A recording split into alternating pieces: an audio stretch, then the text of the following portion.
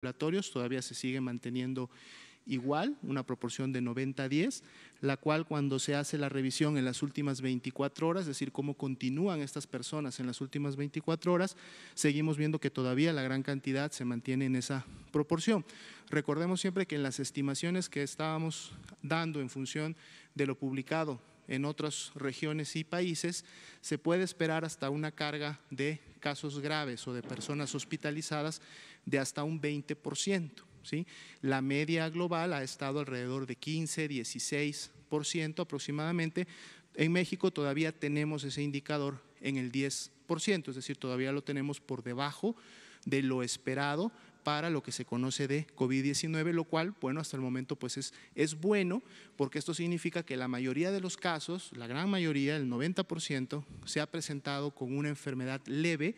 que ha permitido que su resguardo sea del tipo domiciliario, que han podido resolver o están resolviendo su problema en su domicilio con sintomatología muy leve, y solo un 10% ha tenido que demandar atención médica en un segundo nivel, identificando inclusive que el 6% de estos que han demandado, de este 10 que ha demandado atención en un segundo nivel, tiene una evolución estable, ¿no? Es decir, todavía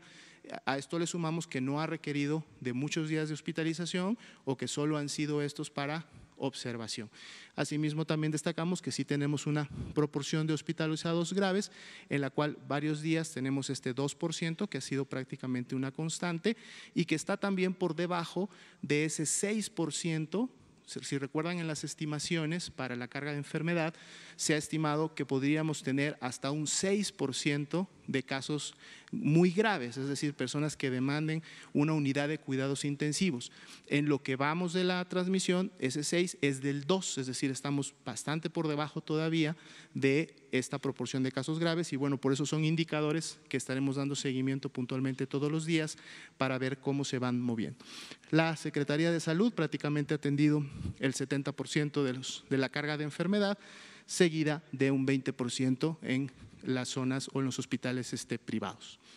La siguiente, por favor.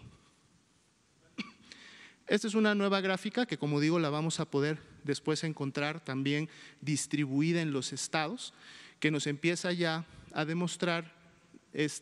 las personas que se han recuperado de la enfermedad, o sea, personas que en su momento sí fueron casos confirmados, cumplieron su periodo de autorresguardo de 14 días, ¿sí? Tuvieron una evolución favorable y en estos momentos se encuentran ya reintegrados a su vida familiar, laboral, comunitaria. Esta proporción es ahora de un 14%, o sea, el 14% del total de casos confirmados, de esos 251, se encuentran ya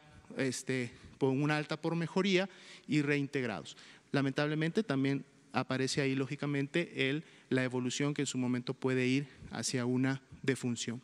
Y en la siguiente, en nuestra transición, en donde estamos transitando de un escenario 1 a un escenario 2, que son los escenarios que en su momento se habían estimado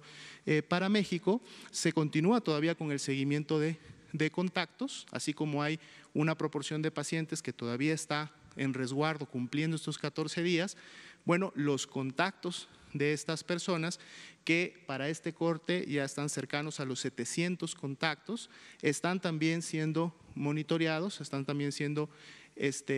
autorresguardados y seguidos en su autorresguardamiento, ¿sí? Por lo tanto, 43 de estas personas fueron positivos a SARS-CoV-2, lo que entonces ahora nos da una cifra, una actualización de que tenemos 43 personas que son casos asociados a importación, que si recordamos las cifras previas, también es una cifra que va incrementándose en función de que la transmisión ya hacia un caso confirmado que era importado, también empieza a generar casos secundarios. Por eso hablamos de ya una fase de transición